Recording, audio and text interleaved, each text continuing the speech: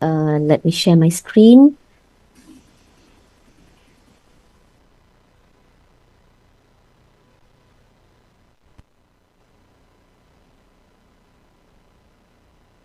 Okay, can I check that you are able to see my screen now, Sister Jaria? Yes, yes. Can you move it to another slide? Okay. So Yeah, is it yeah. moving now? It's Yes, moving. yes. Okay. All right. Thank you. Okay. Assalamualaikum warahmatullahi wabarakatuh, and a very good day to everyone. It is an honor to be here with all of you.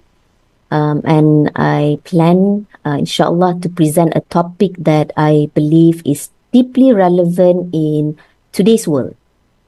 The concept of normal and abnormal is very central in abnormal and clinical psychology.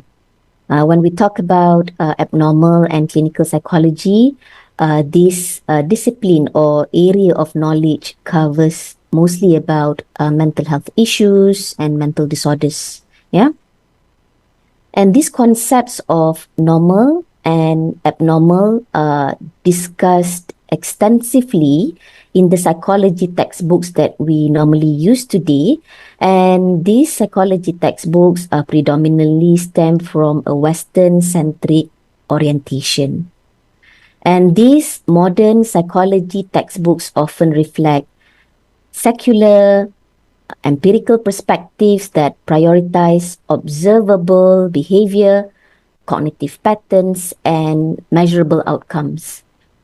And today's presentation, I hope we will challenge some of these assumptions and inshallah expand our understanding and explore how Islam views the notions of normal and abnormal.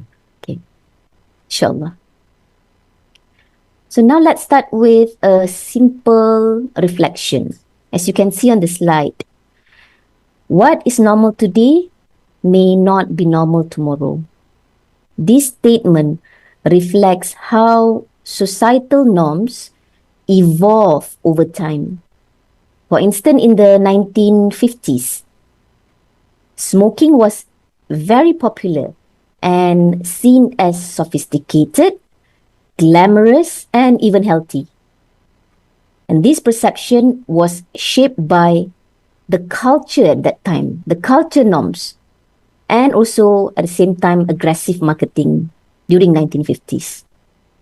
But today, smoking is recognized in many countries in the world as a major health hazard with strict regulations and anti-smoking campaigns even able to make smokers feel at times discriminated against. This shift raises an important question to all of us today. If societal norms are this fluid, can they truly be a reliable standard for defining normalcy?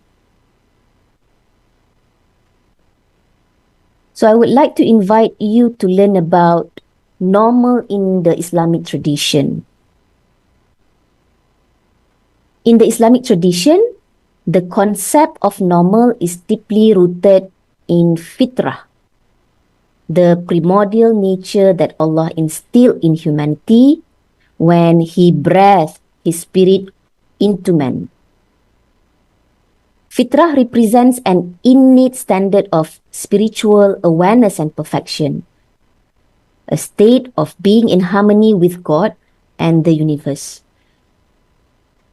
However, as societies have evolved, there has been a significant deviation from fitrah.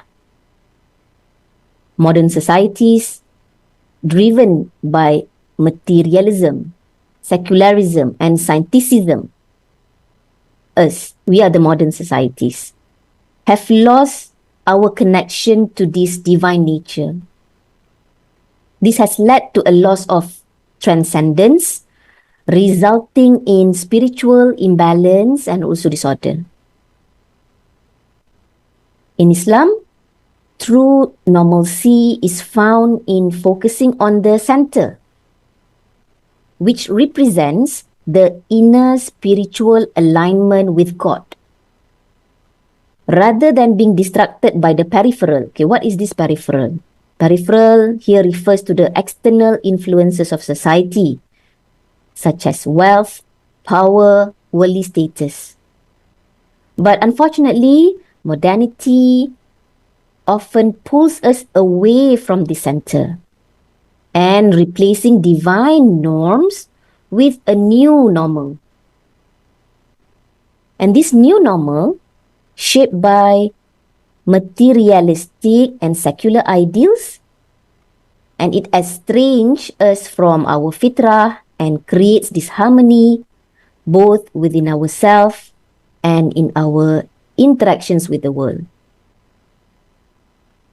So Islam teaches that the true aspiration for human beings is perfection.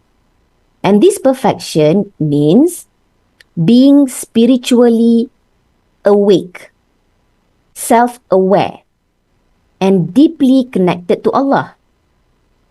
While this state of being is rare in these modern times, it remains the ideal that all of us strive for.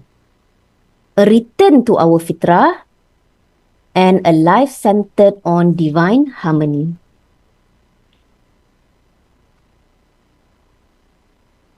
So now, let's take a closer look at how psychology, modern psychology now, understand the concept of normal. Let's start to dive in the history a bit. So historically, its roots go back to ancient Greek philosophy, which introduced a tripartite view of man. Yeah? And this tripartite view of man divide man into the spirit, or we call it pneuma, P-N-E-U-M-A, pneuma, yeah? Or the psyche, or mind, and the soma, or body. This framework, the tripartite view of man, acknowledge the interplay of physical, mental, and spiritual dimensions. However, as psychology evolved, there was a significant shift. Modern psychology narrowed its focus to what we might call the psychophysical self. And this perspective, while useful for understanding behavior and mental processes, unfortunately neglected the transcendent or the spiritual dimensions of human existence. This brings us to the idea of the fragmented self. So unlike traditional psychologies which saw the soul as unified, now the modern psychology, including me, who is a clinical psychologist now, we have been trained from this Western perspective very much. We often portray the self as disjointed and lacking coherence. It's almost as if we have lost sight of the deeper connections that give our inner world unity. Then comes the reductionist approach. Over time, psychology has reduced the soul to the psyche only. And then, from soul to psyche, now psyche to mere neurochemical processes. Because now people talking a lot about neurocognitive sciences. Yeah? It views thought and emotion as nothing more than the result of brain activity. As a clinical psychologist, I've seen a lot of people that talk about mental disorders such as depression. This is a result of inactive brain activity, for example. And because of this framework, the reductionist approach framework, it's stripping away the richness of spiritual and existential meaning. And now finally, let's talk about the secular framework. With the rise of modern science, the spiritual aspects of humanity have been systematically excluded. This has led to a diminished conception of what it means to be human. Instead of we see ourselves as beings with a spiritual core, modern psychology often confines its understanding to the tangible and measurable aspects of existence alone. So this shift, this evolution raise an important question. If we lose sight of the spiritual and transcendent dimensions of the self, can we truly understand what it means to be normal? Or even, can we truly understand what it means to be human?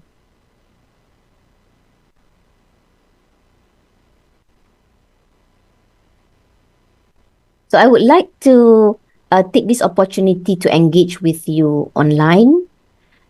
I would like to ask you, what comes to your mind when you see or hear the word abnormal? We've learned a bit about normal, and now we would like to learn a bit more about what is abnormal. But before that, maybe I can share with you this class point tool. And I would like to invite you, if you have your smartphone with you, yeah, or any relevant gadget, maybe you can scan the QR code in front of in front of you. You can scan the QR code on the screen and answer the question. What comes to your mind when you see the word abnormal or when you hear the word abnormal? So let's give some time for everyone to scan the code.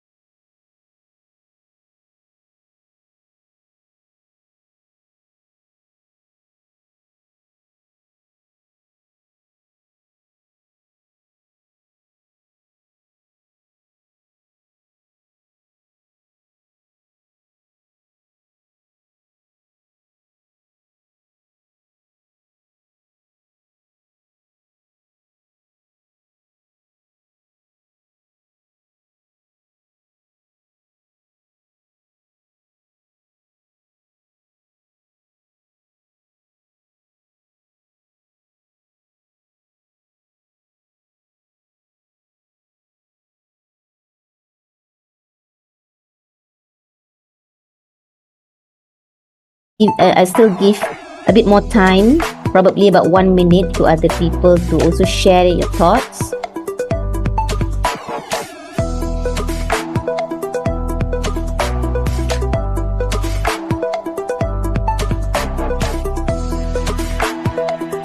So for those who have just joined us, you may want to scan the QR code and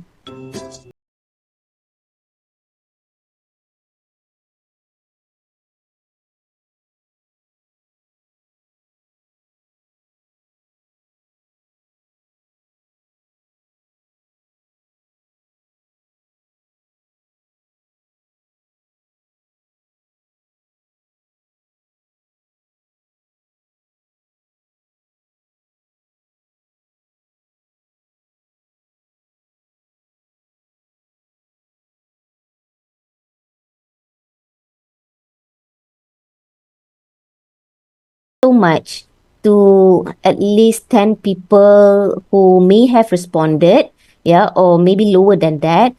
And some people mentioned that when they see or hear abnormal, or how they define abnormal, is they look different. Someone or something that look different from ourselves. Neurodiverse or neurodivergent, again, may be considered abnormal or atypical. Unique, so unique is a very, I think, positive or neutral term that we use here. Intrigue, again, another interesting neutral or positive terms. Awake, away from normal. So abnormal means away from normal or out of ordinary. Deviate from the norms. Pelik. Pelik means strange, yeah, or awkward. Unacceptable by normal society. Again, this is another examples of how we define normal and abnormal. Blessings. So this is also very positive in nature. Being abnormal mean a bless for us. Different opinion may also be connoted as abnormality to some of us, and exceptional. So being exceptional is also considered atypical or abnormal. So I would like to thank all of you who have responded and joined the conversation today. So I would like to give you award for your participation. Thank you so much. Yeah. So let's move forward. So let's learn about abnormal in psychology. So the narrowing of focus of psychology, the one that I have explained and elaborated to you about reductionist approach, the secular framework, yeah. So this has become psychology narrow, and it influenced the way psychologists and also psychiatrists define abnormality today. And basically, the way abnormality is defined at the moment focus primarily on what we can observe.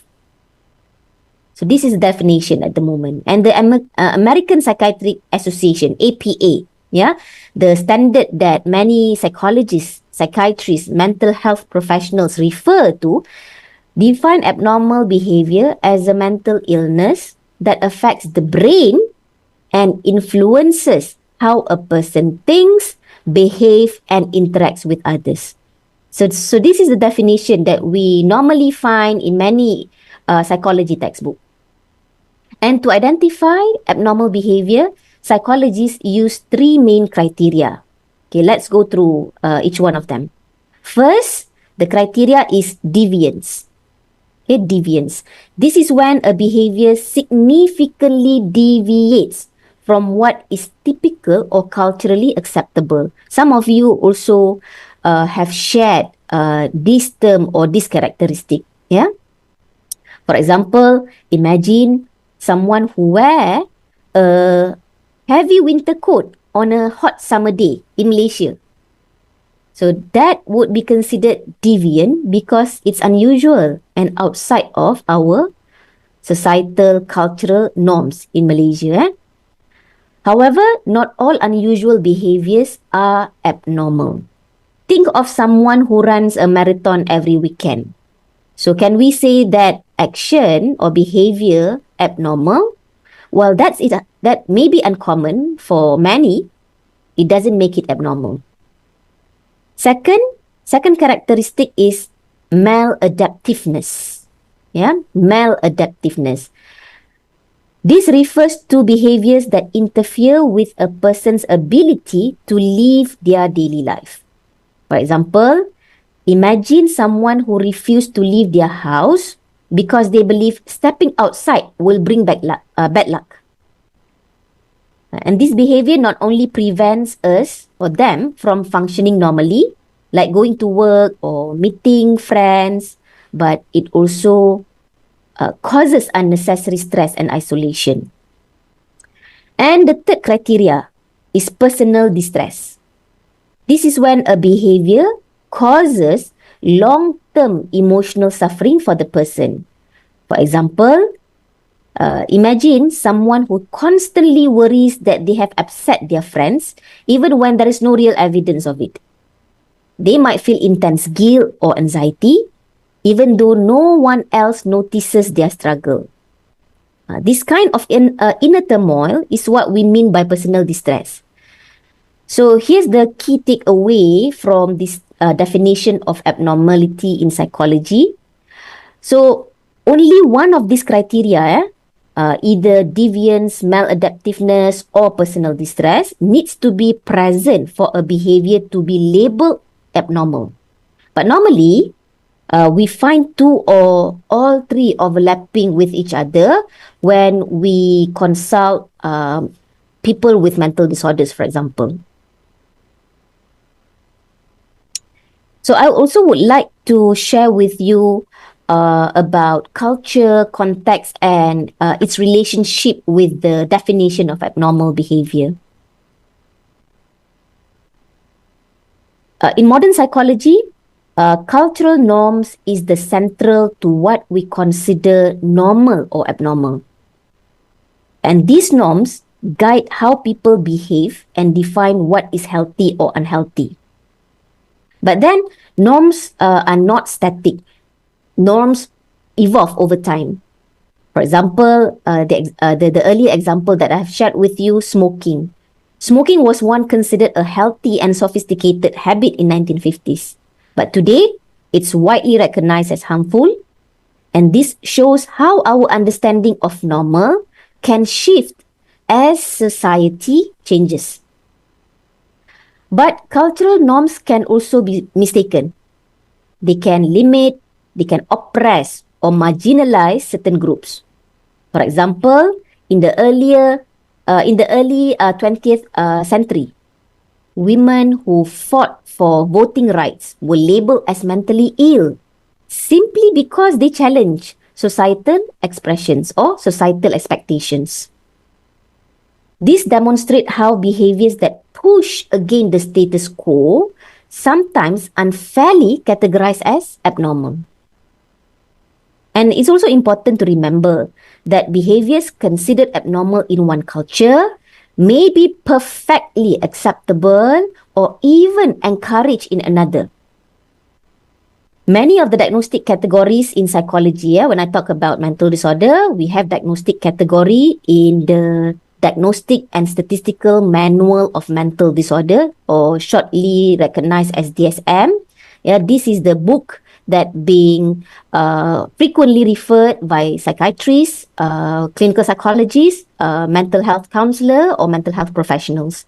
And many of these diagnostic categories in psychology are rooted in Western perspective, and applying them to other culture without considering our unique context can lead to misunderstanding and even harm. So as we think about what it means to be normal or abnormal, we must consider how deeply culture influences these definitions. So most importantly, we need to ask whether our current framework truly capture the full complexity of human behavior. So I would like to invite you to have a look at one sample of disorder in DSM. As we have discussed culture previously, we also discussed context and norms, which play a significant role in shaping how we define what is normal and abnormal. These factors influence not only individual perceptions, but also the framework used in modern psychology, like the DSM, Diagnostic and Statistical Manual of Mental Disorder. And a clear example of this is the evolution of how gender identity is understood in this DSM. In DSM-4, published in 1994, when I started my clinical psychology training, I was trained in DSM-4. I'm not that old to be trained in DSM-3. So DSM-4, published in 1994, it has gender identity disorder, or GID. And this GID was included as a diagnosable condition. So it is a mental disorder in DSM-4, gender identity disorder. At that time, it was seen as a deviation from traditional gender norms. So we label non-conformity as abnormal. However, by the time DSM-5 was published in 2013, by now, 2024, we already have DSM-5 TR, or DSM-5 text revision. So when it was published, when DSM-5 was published in 2013, about 20 years from DSM-4 was published, this category, gender identity disorder, was removed and replaced with gender dysphoria. So this change reflects a shift in focus. Instead of viewing someone's identity as inherently disorder or deviant, DSM-5 focuses on the emotional distress that these people may have from the mismatch between their experience and the assigned gender.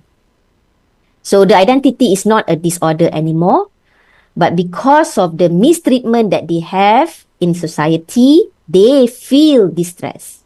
And these need to be treated according to the DSM-5. They don't have any issue if they think that they are trapped in different gender while their sex is actually men or women. So this shift also reframes the criteria of abnormal. The emphasis moved away from deviance to addressing maladaptiveness, how these experiences impact functioning of the individual, and also personal distress, like emotional pain or social isolation that people with gender dysphoria have. So what this example highlights is how cultural norms and societal perspectives evolve. It influences the way psychology defines and classifies abnormality. It reminds us that these definitions are not fixed truth, but are deeply shaped by the culture and historical moment we are in. So this is the take of modern psychologists, especially the one who involved in mental health area. So how to return to the normal? Let's take a moment to connect what we have discussed so far about abnormality and how we can understand the process of returning to normal. So in modern psychology, abnormality is often defined by deviance, maladaptiveness, and personal distress. These are the three criteria of abnormality. It focuses on outward behaviors and measurable experiences. And these definitions, while helpful in some ways, but very deeply shaped by cultural norms and our societal values. But from the Islamic perspective, abnormality goes deeper. It's about being disconnected from our fitrah, the primordial state of harmony and alignment with Allah. So how do we return to the normal as defined by Islam? This process involves realigning the self, bringing the lower self or nafs into harmony with the higher spirit. It's not just about changing outward behaviors, but transforming the inner self to reflect spiritual balance and divine connection. So Islamic philosophy provides a profound guidance here.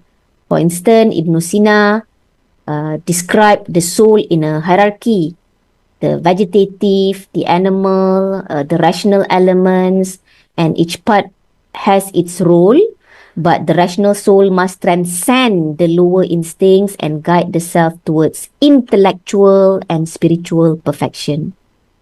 So this ascent in a journey of growth and also transcendence, aiming for a higher state of being. We have another approach, the Sufi approach. It offers another perspective, focusing on the purification of the nafs, tazkiyatun nafs.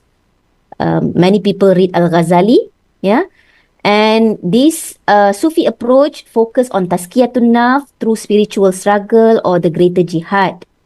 This process involves moving the soul from the state of forgetfulness and the ego-driven desire to self-awareness and peace with God. This ultimate goal is to achieve a state of nafsul mutma'innah, where the self is tranquil and in harmony with its divine origin. Al-Ghazali adds another layer by emphasizing the importance of balance. He explains that within us, there are opposing tendencies: passion, anger, intellect, and we need to carefully manage all these opposing tendencies. And according to Al-Ghazali, when these forces are balanced, we achieve inner equilibrium. This reflects outwardly as justice and moral excellence. So finally, both philosophical and mystical tradition in Islam describe this journey as a vertical ascent, moving from the physical and worldly to the spiritual and divine. This is not a one-time effort, but of course a continuous process of realigning ourselves with our fitrah and striving for perfection in our relationship with God.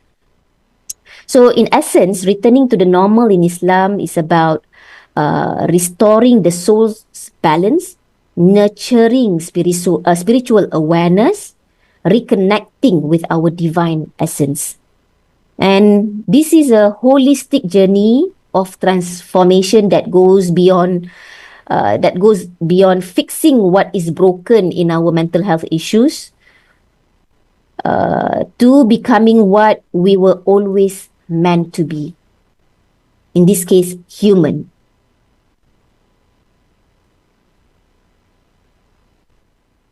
So that is actually what I plan to share with all of you today.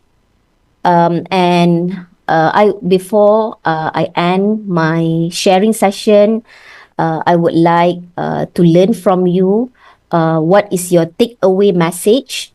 Share with me your takeaway message on understanding normal and abnormal lecture today before we have question and answer. So now I would like to invite you again to scan this QR code and share with me your takeaway, what you have learned so far. So at least as someone who have shared about normal and abnormal in a very simple, and I hope that that is considered simple, would like to know what is your takeaway, would like to know what you have learned so far, so that I really hope that at least you've learned something for the past 30 minutes or 35 minutes on normal and abnormal. And I'm going to close this within 1 hour and 20 seconds from now. Sorry, not 1 hour, 1 minute and 20 seconds from now. And then we can go to question and answer session.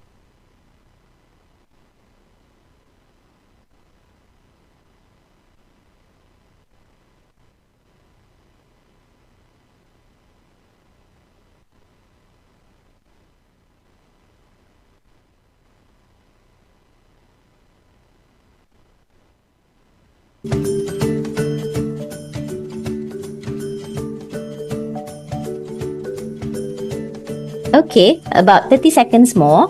Let's learn from each other. What is your takeaway? What is your reflection from normal and abnormal lecture today?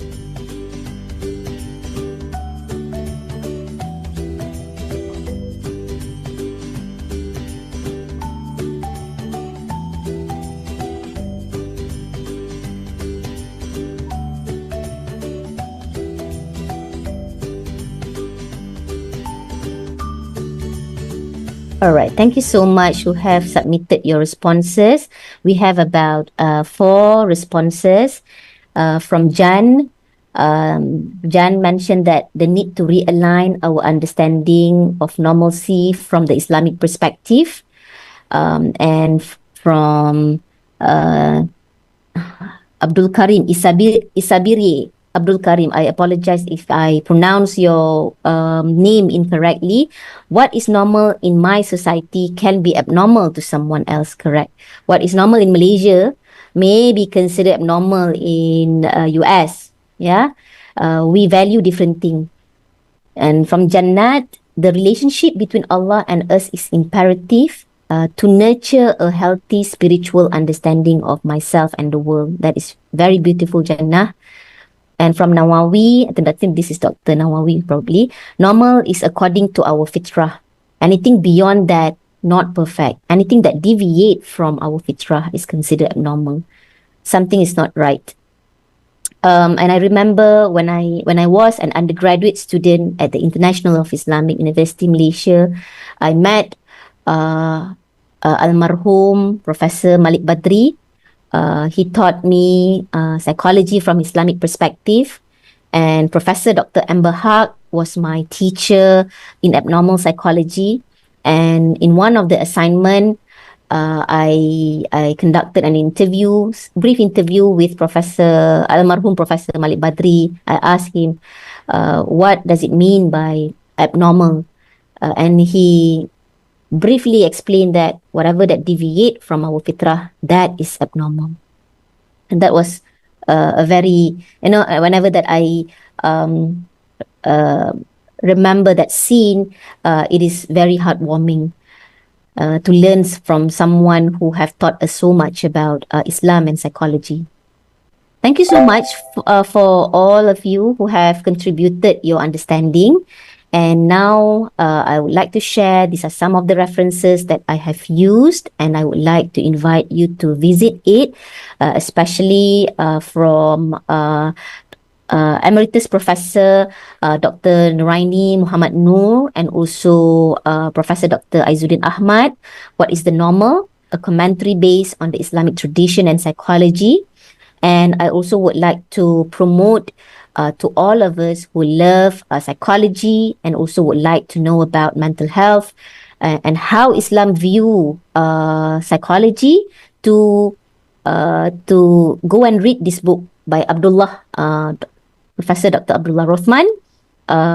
He did a research on model of Islamic psychology and psychotherapy from the perspective of Islamic theology and contemporary understanding of psychology. He made a very nice model about man, yeah. And I would like you to visit or read this book to know further about it.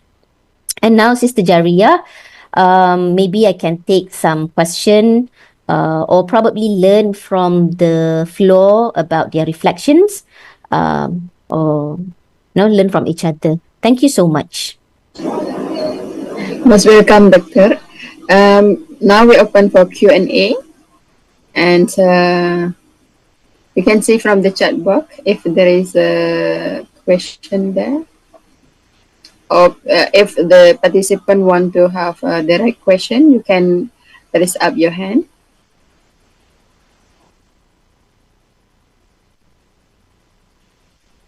I think in the chat box they have, but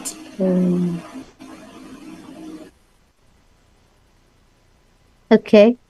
Okay. We have so many responses from the chat box about what I have asked previously, the engagement using class point. Thank you so much for everyone, and I agree with you, Aisha, that not everyone is tech savvy. Thank you for sharing it here.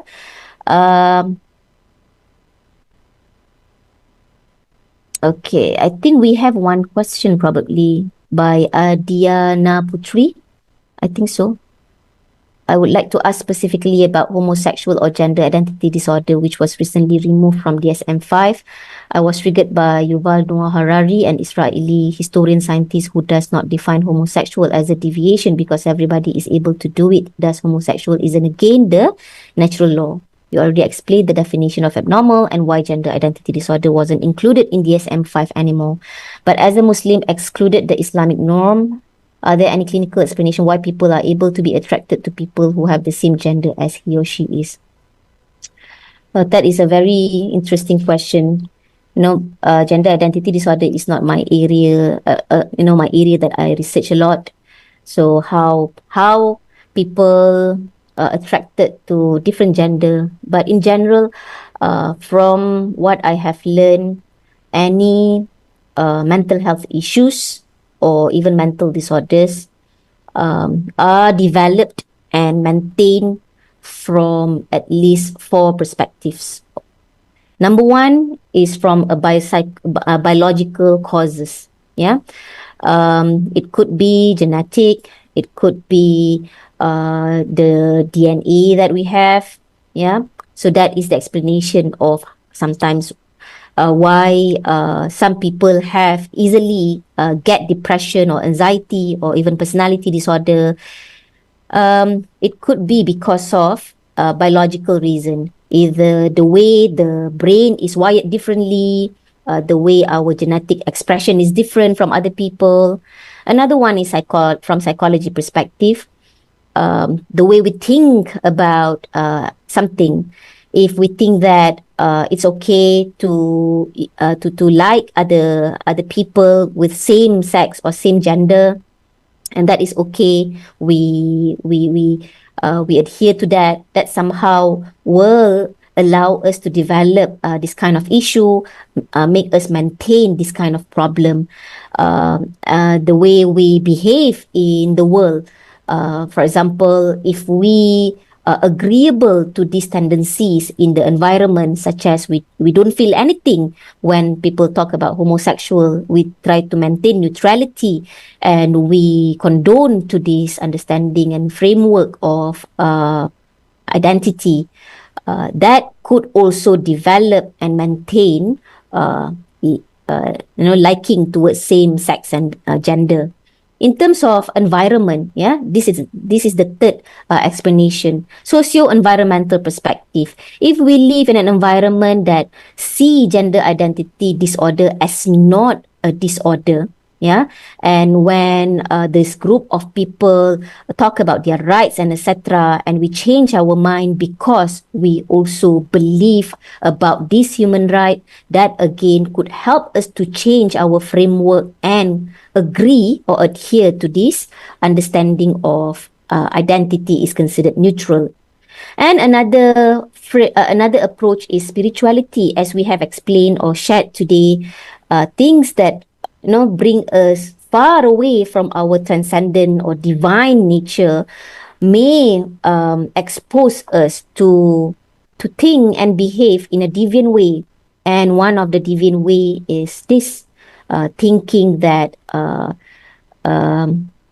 liking or loving, living, marrying someone with same sex and gender is considered acceptable. So this is only a general way of explaining any mental health issues and also mental disorders on how it is developed and also maintained. And I hope that it is considered acceptable to you, Adiana. And I trust that there's a lot of reading on that as well.